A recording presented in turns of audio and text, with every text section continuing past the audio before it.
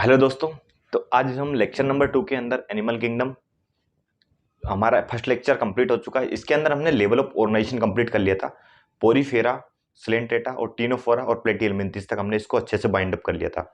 इसके अंदर हमने इस लेक्चर के अंदर हम देखते हैं कि जितने भी एनसीईआरटी के जितने भी इंपॉर्टेंट पॉइंट होते हैं ना, उनको जो एग्जामिनेशन में डायरेक्ट पूछे जाते हैं, तो उनको मैं अच्छे से कवर कर लेता हूँ इस लेक्चर के थ्रू। ठीक है। और हमारा टारगेट्स होगा कि हम 100 से 100% इसके अंदर जो भी एक या दो क्वेश्चन आते हैं वो अच्छे से हम कवर कर लें, ताकि हमारा जो नेक्स्ट ईयर आने वाला उसमें हमारा कोई भी सिंगल क्वेश्चन गलत ना हो। तो आज हमारा जो लेक्चर 2 के अंदर हम डिस्कस करने जा रहे हैं एसके एलिमेंथीज से। एसके एलिमेंथीज के अंदर दे रखा है कि body is circular cross section. इस बात को दे रखा है, उन्होंने फर्स्ट लाइन के अंदर बताया कि उसकी बॉडी कैसी है, सर्कुलर क्रॉस सेक्शन की है। इस तरीके से, जैसे ये देख रहे हैं ना आप, यहाँ पे इस तरीके से सर्कुलर क्रॉस सेक्शन की है। ठीक। अब इसको क्या किस नाम से जाने जाते हैं? इसको हम जानते हैं राउंड वर्म्स के नाम के, राउंड वर्म्स के नाम से हम इसको जानते हैं। बात समझ में आया? तो इन सबको हम राउंड वर्म्स के नाम से जाने जाते हैं। ठीक है। और इसके बाद हम देखते हैं, उन्होंने जो सेकंड लाइन लिख रखी है कि फ्री लिविंग, एक्वाटिक और टेरिस्ट्रियल और पैरासिटिक। तो ये हमारे फ्री लिविंग हो सकते हैं, एक्वाटिक हो सकते हैं, टेरिस्ट्रियल हो सकते हैं और पैरासिटिक फॉर्म में। पैरासिटिक मतलब कहने का मतलब दूसरी के ऊपर अपना खाने के लिए डिपेंडेंट रहते हैं। आए समझ में? तो कहने का मतलब ये कैसे हो सकते हैं, पैरासाइट के रूप में भी काम करते हैं इस तरीके से। और जिसके बाद में इन्होंने लिख रखा है एलिमेंट्री केनाल इज कैसी होगी। इसकी एलिमेंट्री केनाल होती है, हमें ध्यान रखना है कैसी होती है, complete with well defined muscular pharynx. किसके साथ? Muscular pharynx. ये सब क्वेश्चन पूछे जाते हैं एग्जाम में। इसके बाद हम देखेंगे कि ये कैसा होता है, डायोसियस। डायोसियस कहने का मतलब यहां पर यूनिसेक्सुअल होगा। कैसा होगा? यूनिसेक्सुअल। यहां पर आप याद रख सकते हो डीयू के नाम से, और एक होता है एमबी, मोनोस, एमबी और DU. Dioecious unisexual, monoecious bisexual. Clear हुआ? तो ये हमारा कैसा है, डीयू मतलब डायोसियस यूनिसेक्सुअल। अब इसका मतलब डायोसियस यूनिसेक्सुअल का मतलब यहां पर ही होता है कि जो इनके मेल और फीमेल जो गैमीट्स, जो भी सेक्स ऑर्गन होंगे, वो एक सिंगल इंडिविजुअल में नहीं होंगे। ये अलग अलग इंडिविजुअल में मेल होगा, अलग इंडिविजुअल में फीमेल होगा। तो कहने का मतलब ये कैसे है, डायोसियस यूनिसेक्सुअल। जैसे आप देखेंगे यहां पर इस डायग्राम को, तो यहां पर ये किसको शो कर रहा है, ये मेल वाला शो कर रहा है, और यहां पर कौन सा है, ये फीमेल का। अब इसमें आप नजर आएंगे, आप देखेंगे कि एनसीईआरटी के अंदर जो आप लेफ्ट, जैसे इसमें देखो, ये डायग्राम देखो, जैसे मैं आपको दिखाता हूँ ये डायग्राम्स। यहाँ पे मेल का डायग्राम दे रखा है, यहाँ पे दे रखा है फीमेल का डायग्राम। क्लियर होगा? तो मेल का डायग्राम अब जब आप देखोगे, तो यहाँ पर इन्होंने दे रखा है नीचे से थोड़ा सा, यहाँ पे चोंच सा है ना, ये यहाँ पे घूमा हुआ है थोड़ा सा। ठीक है। जबकि फीमेल का डायग्राम ऐसा, यहाँ पे मेल छोटा है और फीमेल लॉन्गर है। तो मेल का जो पहचानने का तरीका वही है कि यहाँ पे ये क्या हो जाता है, टर्न हो जाता है इस तरीके से। क्लियर हो? जबकि यहाँ पर फीमेल देखो, इस तरीके से कोई टर्न नहीं है, यहाँ पर लास्ट में जाके इस तरीके से। ये मेल से बड़ा कौन होता है, फीमेल बड़ी होती है यहाँ पे। तो क्लियर हो गया? तो फीमेल आपको ध्यान किस रखना है कि female is longer than male. ठीक हो गया? तो यहाँ पे ये क्वेश्चन हो गया हमारा। जिसके बाद इन्होंने पूछा है कि फर्टिलाइजेशन इसका कैसा होता है। फर्टिलाइजेशन इसका होता है इंटरनल। ठीक है। और एस्केरिया, अब इसके कुछ एग्जाम्पल हैं, जैसे एस्केरिया। एस्केरिया को मतलब अपन क्या बोलते हैं, जैसे इन्होंने लिख रखा है कि एस्केरियासिस, एस्केरियासिस। तो इसके अंदर हमारा हो जाता है, इसको एस्केरियासिस का दूसरा नाम क्या है, राउंड वर्म के नाम से जाने जाते हैं। और जो एनसाइक्लोस्टोमा, ये एक तरह से क्या है, हमारा उकवर्म के नाम से जाने जाता है। ये डायरेक्ट पूछा जाता है एग्जाम में। ठीक है। यूकेरिया, ये फ्लीरियल वर्म के नाम से जाना जाता है। इसको हम पढ़ेंगे यूकेरिया वन क्रॉप्टी, जो एक डिजीज जो वाला चैप्टर होगा 12th क्लास का, उसके अंदर हम देख लेंगे। ठीक है। जिसमें लिम्फ नोड्स वगैरह जो बताते हैं उसके अंदर वो हो जाता है, स्वेलिंग वगैरह। तो ये हम 12th क्लास में डिस्कस कर लेंगे इसको। ठीक है। तो यहाँ पर ये मुझे लगता है इसको ऐसे कैसे आपको याद रखना है एग्जाम्पल को, कि एस्केरिया को क्या बोलते हैं, राउंड वर्म, और जबकि एनसाइक्लोस्टोमा को हुकवर्म के नाम से जाना जाता है, यूकेरिया को फ्लीरियल वर्म्स के नाम से जाना जाता है। इसके अंदर मैं आपको दो इंपॉर्टेंट पॉइंट और बताता हूँ कि हमने जो पहले पढ़ा था कि जनरल फीचर के अंदर स्यूडोसिलोमेट और ट्रिपल प्लास्टिक के नाम से, ये एक तरह से हमारा सबसे पहला जो स्यूडोसिलोमेट, यही स्यूडोसिलोमेट है, एक single only.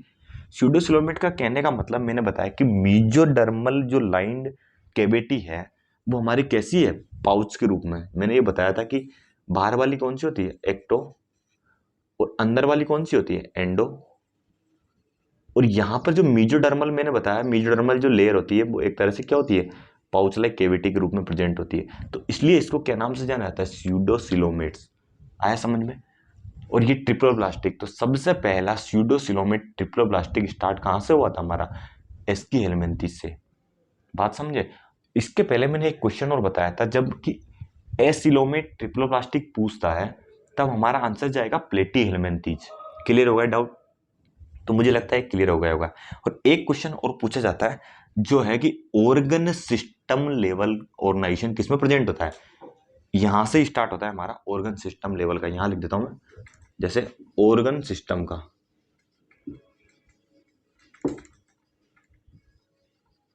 Level of organisation, यहां से हमारा स्टार्ट हो जाता है। कहां से, एस्केलमेंथिस से। इसके पहले हमने जो पढ़ा था किसके अंदर, प्लेटी एलिमेंथेस, वहां पे ओनली ऑर्गन था। यहाँ पे कौन सा है, ऑर्गन सिस्टम। तो ये भी इंपॉर्टेंट फीचर है इसका, तो ये ध्यान रखना, ठीक है। तो ये भी एग्जामिनेशन पॉइंट में पूछा जा सकता है आपसे। तो क्लियर हो गया। तो मुझे लगता है आपको यहाँ पर एसके एलिमेंथेस से कोई क्वेश्चन, मुझे नहीं लगता कि कोई क्वेश्चन आपका गलत होगा। और एक पॉइंट आप देख सकते हो, तो यहाँ तक मुझे ये जो पॉइंट है कि आपका इसका डेवलपमेंट कैसा होता है, इनडायरेक्ट और डायरेक्ट दोनों तरीके का इसमें डेवलपमेंट पाया जाता है। इनडायरेक्ट और डायरेक्ट इसका क्या होता है, डेवलपमेंट।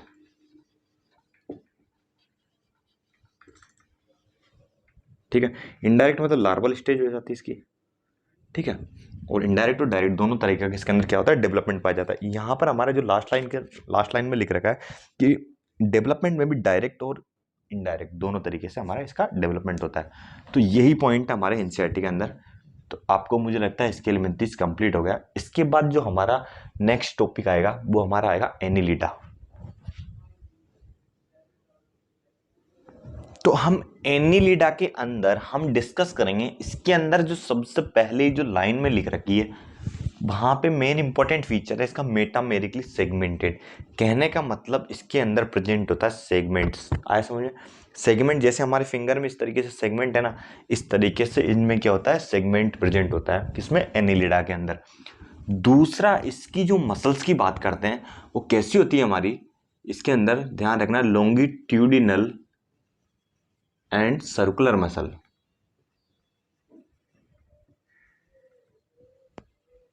लॉन्गिट्यूडिनल सर्कुलर मसल्स होती है इसके अंदर प्रेजेंट। क्लियर हो गया।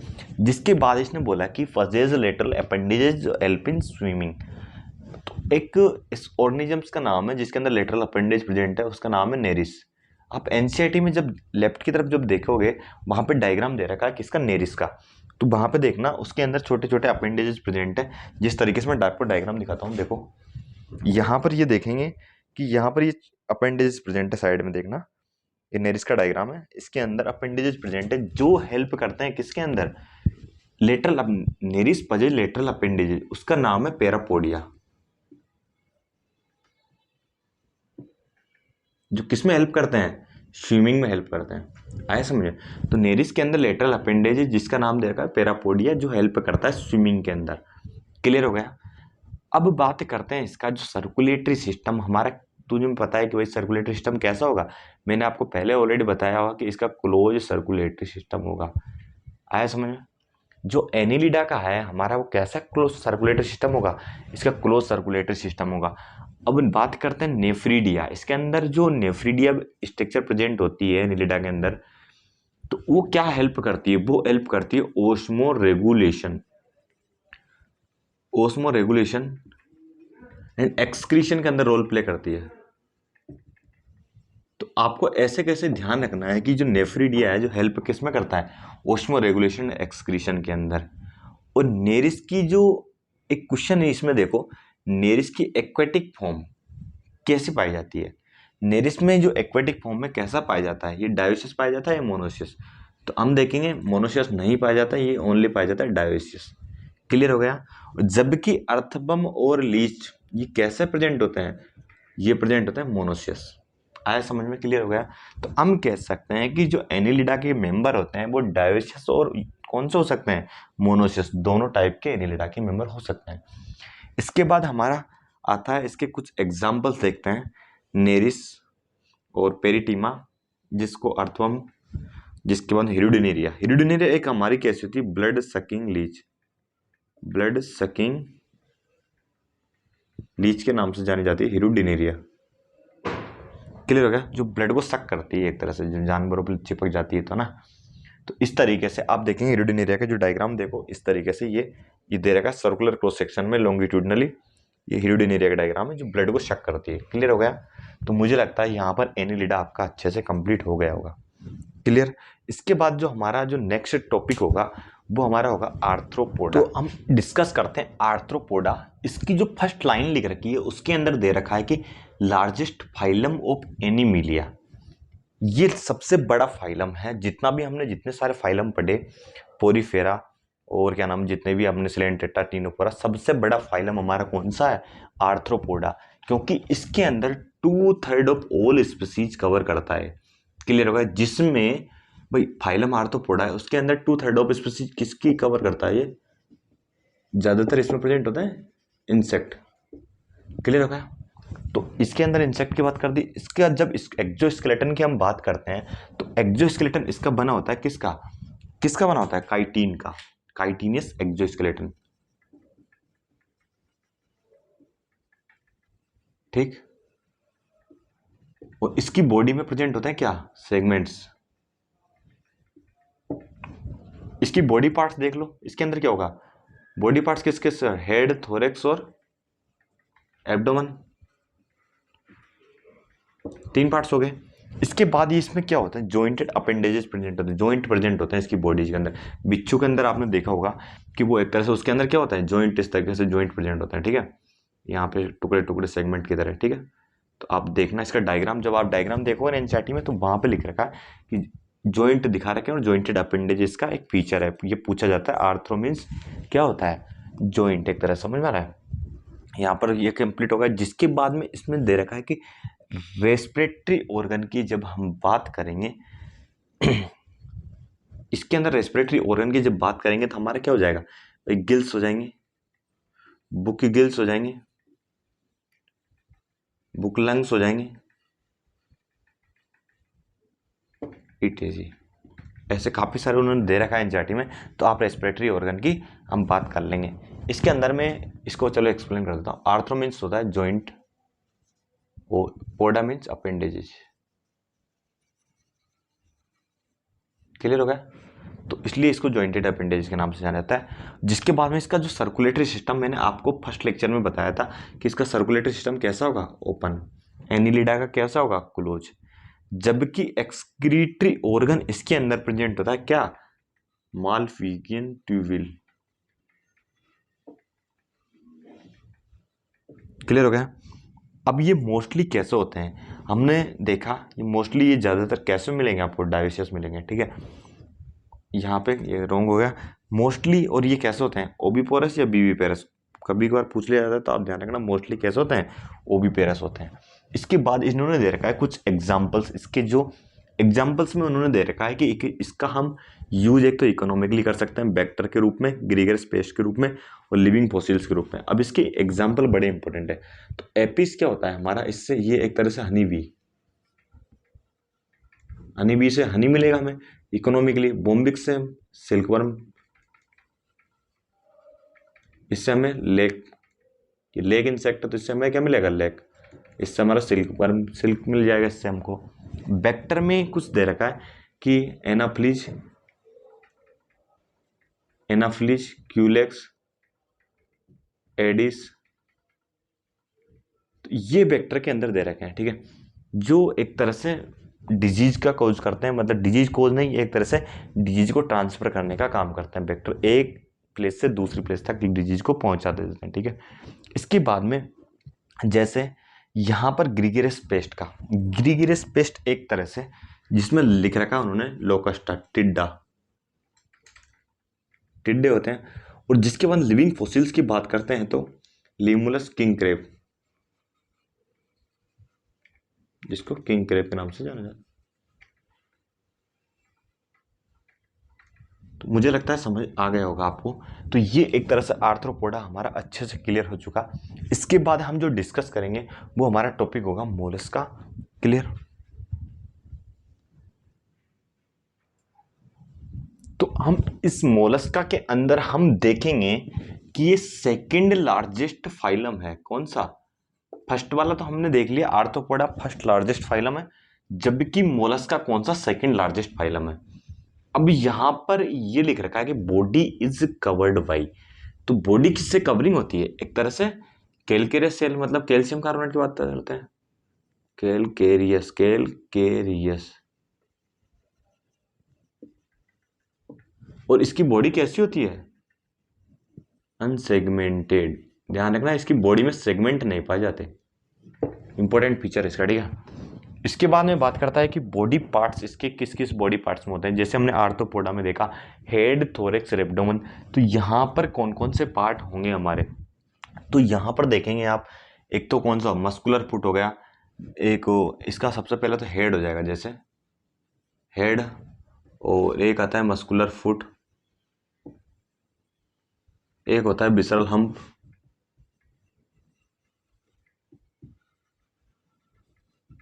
ठीक है।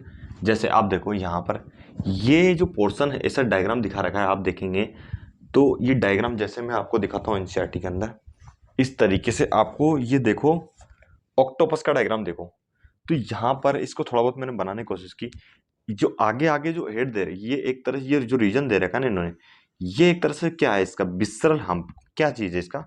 ये एक तरह से ये रीजन विसरल हम्प है इसका, और इसकी जो ऊपर जो कवरिंग दिखा रखी है वो मंटल, उस कवरिंग को एक तरह से क्या बोलते हैं? मंटल। आया समझ में? तो यहां पर जो एक लाइन लिख रखी है कि soft spongy layer of skin forms Mantel over the visceral hump. तो कहने का मतलब आपको मैं एक अलग तरीके से आपको एक्सप्लेन करता हूं। जैसे आप यहां देखो, मैं एक छोटा सा डायग्राम बना के, कि ऊपर ऊपर की लेयर तो कौन सी होगी? मंटल, सॉफ्ट स्पंजी लेयर कौन सी होगी? इसके बाद में कौन सी होती है? नीचे विसरल हम्प, इसके अंदर, और इनके बीच में होती है मंटल केविटी। आया समझ में मेरी बात? तो आप बोलोगे कि ये तो होगी हमारी मंटल, ये होगी विसरल हम्प। इस तरीके से हम समझने की कोशिश कर रहे हैं ताकि याद रह जाए हमें परमानेंट। इसके बाद ये कौन सा होता है? इसको बोलते हैं मंटल केविटी, इस तरीके से। और जो नीचे नीचे ये होता है मस्कुलर फुट, मस्कुलर फुट होता है ऐसे। बात समझे? तो यहां पर जो मंटल केविटी में यहां पर फीदर प्रेजेंट होते हैं, फीदर, फीदर लाइक क्या? गिल्स वगैरह ऐसे समझो। तो ये गिल्स प्रेजेंट होते हैं तो मंटल केविटी में, तो उनका जो हेल्प होता है, उनका काम क्या होता है? रेस्पिरेशन और एक्सक्रीशन में हेल्प करते हैं, रेस्पिरेशन और एक्सक्रीशन। आया समझ? किसका? मेंटल कैविटी में क्या प्रेजेंट होता है? Feather like gills, feather like gills. अब मैं इस डायग्राम को आपको बताने की कोशिश करता हूँ। जैसे देखो यहाँ पर ये जो ये छोटा सा मोटका सा है ये, तो ये एक तरह से विसरल हम्प है, और यहाँ पे ये दिखा रखा है आई है, एड रीजन के अंदर ये आई है, यहाँ पे एक मेंटल कैविटी होती है, इसके बाद में ये टेंटिकल्स वगैरह ये सब दिखा रखे हैं। तो क्लियर हुआ? आपको मुझे लगता है कंसेप्ट क्लियर हो गया होगा। जिसके बाद में उन्होंने बोल रखा है कि अब हेड रीजन है, उसके अंदर उसको कुछ खाने का, तो उसके पास कुछ ऑर्गन होगा, तो उसको बोलते हैं फीडिंग ऑर्गन, जिसको बोलते हैं रेडुला, रेडुला। क्लियर हो गया? स्पेलिंग देखना, ठीक है, स्पेलिंग में रेडुला, ठीक है, रेडुला। जिसके बाद में ये पूछा है कि ये डायोसियस होता है या मोनोसियस। अभी हमने देखा जैसे आर्थ्रोपोडा देखा डायोसियस था मोस्टली, और जबकि हमने देखा कौन सा? एनिलिडा, दोनों ही था, डायोसियस भी पढ़े थे हम, मोनोसियस भी पढ़े थे। अब बात करते हैं मोलस्का की, तो मोलस्का कैसा है? डायोसियस। और जबकि ये भी एक तरह से ये दोनों फीचर सिमिलर हो रहे हैं किसके? आर्थ्रोपोडा के। तो ये भी ओविपोरस है, ठीक। तो मुझे लगता है यहाँ तक क्लियर हो गया होगा। इसके बाद में कुछ एग्जाम्पल हमें दे रखे हैं एनसीईआरटी में, हम देखते हैं। जैसे इसके एग्जाम्पल हमने गिवन है, क्या गिवन है कि पिला कैसा होता है? एप्पल सिनेल, पिला का दूसरा नाम एप्पल सिनेल, नक्टाडा कौन सा है? पियल ओइस्टर, जिसके बाद सेपिया को कटल फिश के नाम से जाना जाता है, लोलिल को स्क्वीड, ऑक्टोपस को डेविल फिश के नाम से जाना जाता है, aplasia see here, Dentalium tusk cell, और चिटोप्लिरा टर्न। क्लियर हो गया? तो यहाँ पे जो दोनों फर्स्ट स्टार्टिंग के दो एग्जाम्पल है, पिला एप्पन स्लेल और नक्टाडा पियल ओइस्टर, तो ये बड़ा इंपॉर्टेंट एग्जाम्पल है, तो ये पूछ सकता है पिनक्टाडा पियल ओइस्टर वाला। क्लियर हो गया। और एक सेपिया ध्यान रखना, कटल फिश और ऑक्टोपस डेबिल फिश। तो मुझे लगता है जहाँ तक क्लियर हो गया, मतलब सेपिया होता है हमारा कटल फिश और ऑक्टोपस होता है हमारा डेबिल फिश। तो क्लियर यहाँ तक। इसके बाद जो हमारा नेक्स्ट फाइलम आता है वो आता है हमारा इकाइनोडर्मिटा। इसके बाद जो हमारा इकाइनोडर्मिटा है, इसके अंदर जो हम देखेंगे इसकी बॉडी कैसी होती है, स्पाइनी। जैसे आप डायग्राम देखोगे, जैसे मैं डायग्राम बताता हूं आपको, ये देखो इसकी बॉडी, इन्होंने लिख रखा है कि स्पाइनी बॉडी, इस फिगर में देखो 4.4 इस तरीके से पतली पतली, इस तरीके से देख रहे हैं ना आप, आया समझ में। और जो एंडोस्केलेटन की इसने बात करी वो किसका बना होता है, कैलकेरियस सेल्स का, मतलब कैल्शियम, कैलकेरियस सेल, आया समझ में। और इसके ये कैसे होते हैं, ये मेराइन्स होते हैं। अब यहाँ पे आपको घुमा सकता है कि वो ऑल मेराइन्स होते हैं या मतलब कि मोस्टली क्या हो सकते हैं, तो यहाँ पर लिखना आप ऑल आर मेराइन्स। इसकी जो अडल्ट और लार्वी दोनों में, मतलब कि इसका जो अडल्ट होता है इसमें आपको मैंने पहले बताया था फर्स्ट लेक्चर में, कैसा होता है, रेडियली सिमेट्रिकल, सिमेट्री के बारे में बताया था ना मैं। जबकि यहां पर लार्वा कैसा होता है, बायलेटरली सिमेट्रिकल। क्लियर हो गया। और यहां पर वाटर वेस्कुलर सिस्टम और वाटर केनाल सिस्टम, मैंने आपको फर्स्ट लेक्चर में बताया कि वाटर केनाल सिस्टम प्रेजेंट होता है स्पंज पोरीफेरा के अंदर, किसके अंदर, पोरीफेरा के अंदर, ठीक है, ऐसे लिख लो, पोरीफेरा के अंदर। क्लियर हो गया। जबकि वाटर वेस्कुलर सिस्टम किस में प्रेजेंट होता है, इसके अंदर, किसके अंदर, इकाइनोडर्मिटा के अंदर, ये प्रेजेंट होता है इकाइनोडर्मिटा के अंदर। क्लियर हो गया। ये किस में प्रेजेंट होता है, पोरीफेरा के अंदर, आया समझ में। एक्सक्रीटरी सिस्टम इसका कैसा होता है, प्रेजेंट होता है या एब्सेंट, तो आप ध्यान रखना इसका एक्सक्रीटरी सिस्टम कैसा होता है, एब्सेंट होता है। आप क्लियर हो गया। यहां पर लिख रखा है डायोसियस। डायोसियस में हर बार बता रहा हूं आपको कि इसका मतलब डी है, तो अपनी बोल सकते हैं कि ये कैसा होगा, यूनिसेक्सुअल। कहने का मतलब सेक्सेस आर सेपरेट, आया समझ। फर्टिलाइजेशन की जब मैं बात करता हूं एक्सटर्नल या इंटरनल, तो इसका जो फर्टिलाइजेशन होता है वो एक्सटर्नल होता है। आप और डेवलपमेंट की बात करता हूं इनडायरेक्ट। डेवलपमेंट इनडायरेक्ट कहने का मतलब यहां पर लार्वा बनेगी, और लार्वा के बारे में एक लिख रखा है इन्होंने पॉइंट, कैसा, फ्री स्विमिंग, तैरती हुई, फ्री स्विमिंग लार्वा का फॉर्मेशन होगा। क्लियर हो गया। तो मुझे लगता है इकाइनोडर्मेटा अच्छे से क्लियर हो गया। इसके एग्जाम्पल आप एनसीईआरटी से देख लेना, ठीक है। उसमें एस्टेरियसिस, जो ब्रिटल स्टार वगैरह ये सब दे रखा है, उसके अंदर कौन कौन सी फिश वगैरह, और जैसे एस्टेरियसिस स्टार फिश हो गया, इकाइनस को बोलते हैं सी अर्चिन, एंटीडन होती है सी लिली, कुकुमेरिया होता है सी ककम्बर, ओप्यूरा होता है ब्रिटल स्टार। तो इसमें आप डायग्राम में देखेंगे साइड में, तो बी जो डायग्राम होता है इसका ओप्यूरा ब्रिटल स्टार, और उसका फर्स्ट डायग्राम दे रखा है कि एस्टेरियसिस ये स्टार फिश है, ये ओप्यूरा ये ब्रिटल स्टार टाइप का है। क्लियर हो गया। तो मुझे लगता है इकाइनोडर्मेटा आपका अच्छे से एक्सप्लेन हो गया होगा। इसके बाद हम हेमिकोडेटा की बात करते हैं। तो यहाँ पर जो हेमिकोडेटा के अंदर सबसे पहली लाइन लिख रखी बर्म लाइक, कहने का मतलब आपने देखा होगा जैसे अर्थबम वगैरह, तो बहुत सारे, अब ये एक तरह से बर्म लाइक क्यों बोला, क्योंकि ये एक तरह से किस पे ग्रो करते हैं, किस तरह के डेड लीव्स वगैरह को, इन सबको डिकम्पोज कर देते हैं, ठीक है। आया समझ में। मतलब जितना भी डेड मैटर होगा था उसके अंदर ये डिकम्पोज करता है। ये इनका एक तरह से एक्टिविटी किसकी तरह हो गई, एक तरह से अर्थमम की तरह हो गई, बॉडी कंपोज। तो बॉडी के अंदर आप देखेंगे इसके अंदर क्या होता है, एक तो आपने पढ़ा होगा कि एक तो प्रोबोसिस ग्लैंड्स, और दूसरा इसके अंदर होता है कोलर, और तीसरा पार्ट होता है ट्रंक। अब देखो मैं आपको डायग्राम दिखाता हूं। जैसे आप डायग्राम देखो, जो ऊपर वाला जो रीजन है वो होता है प्रोबोसिस, इसके जस्ट जो नीचे वो होता है कोलर, और ये जो यहाँ पे दिखा रखा है ना ये पीछे वाला पूछ, ये होता है ट्रंक।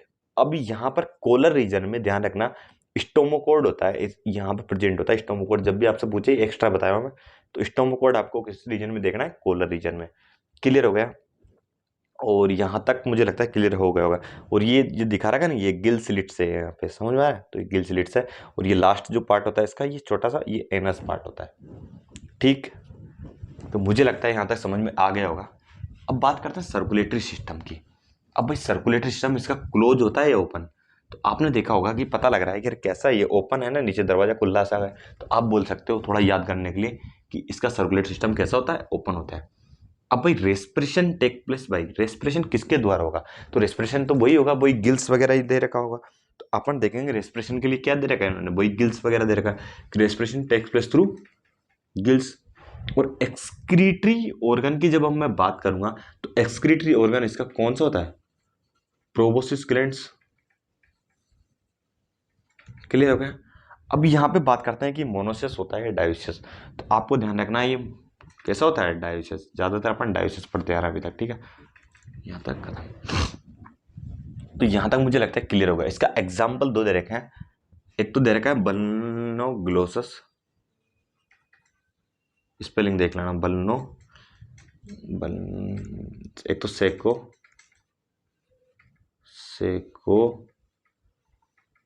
ग्लोसस, एक होता है बल्नो ग्लोसस। तो अब देख लेना स्पेलिंग वगैरह, ठीक है। तो वल्नोग्लोसस और सेकोग्लोसस, इसके दो एग्जाम्पल दे रखे हैं इसके अंदर एनसीईआरटी के अंदर। तो हेमिकोडेटा भी हमारा अच्छे से खत्म हो गया, इकाइनोडर्मिटा। इसके बाद जो लास्ट में हमारा बचता है टॉपिक, कोडेटा को हम अच्छे से देख लेते हैं, जिसके बाद हम नेक्स्ट लेक्चर में देखेंगे। तो हम कोशिश करते हैं कोडेटा भी खत्म कर दें अभी। तो देखते हैं कोडेटा के लिए।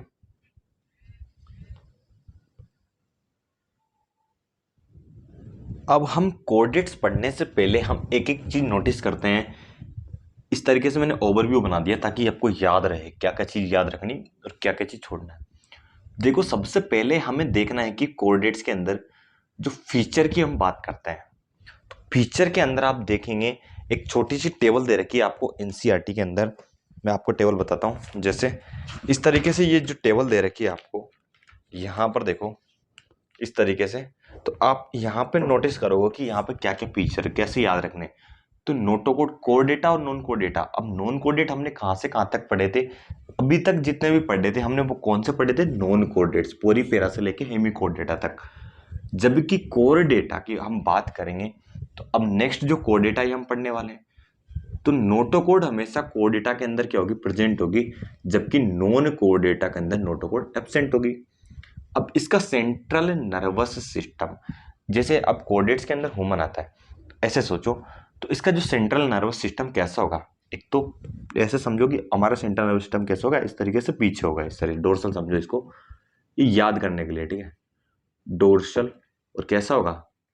अंदर अंदर होलो होगा, और कैसा है? सिंगल।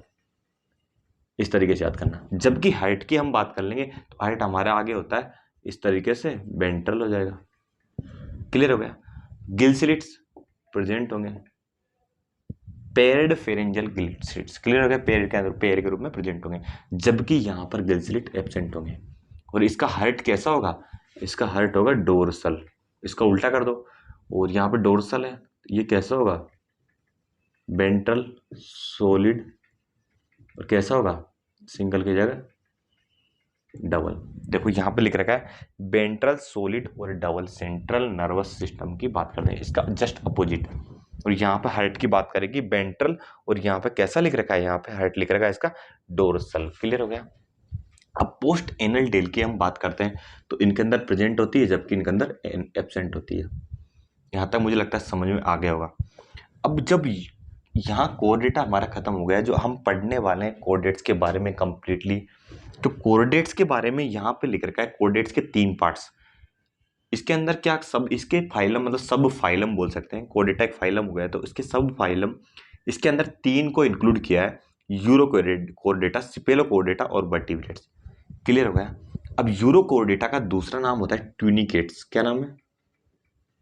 ट्यूनिकेट, स्पेलिंग देखना है, ठीक है, ट्यूनिकेट्स। अब इस यूरो कोऑर्डिनेटा की जब मैं बात करूंगा, तो इसके अंदर जो नोटोकोड प्रेजेंट ओनली, नोटोकोड इसकी कहां प्रेजेंट होती है? टेल में। और इस यूरो कोऑर्डिनेटा के कुछ एग्जाम्पल और दे रखे हैं, उसका नाम है एससीडिया सल्फा और डोलियोलम। डोलियोलम 3 एग्जाम्पल दे रखे हैं, एसिडिया, सल्फा और डोलियोलम, ASD के नाम से याद रख सकते हो, ठीक है। जबकि सिपेलोकोडेटा के अंदर नोटोकोड कहाँ प्रेजेंट होगी, यहां पर तो टेल में प्रेजेंट थी, जबकि सिपेलोकोडेटा के अंदर एड टू टेल रीजन तक। क्लियर हो गया। इसके बाद हम देखेंगे इसका एग्जाम्पल सिपेलोकोडेटा का हमारा ब्रेंकियोस्टोमा, जिसको एम्प्यूक्सस और लेंसलेट के नाम से जाना जाता है। यहां तक क्लियर। इसके बाद वर्टिब्रेट का एक कंसेप्ट समझते हैं सबसे पहले, कि यहां पर कुछ कोऑर्डिनेट्स होते हैं जिनकी एम्ब्रियोनल स्टेज के अंदर क्या होती है, एम्ब्रियोनल स्टेज के अंदर क्या होती है और अडल्ट में क्या होता है। तो एम्ब्रियोनल स्टेज के अंदर जो नोटोकोड होती है वो अडल्ट में जाके चेंज हो जाती है, किससे किससे रिप्लेस हो जाती है, कार्टिलेजिनस और वर्टिब्रल कॉलम से, कार्टिलेजिनस या वर्टिब्रल कॉलम से।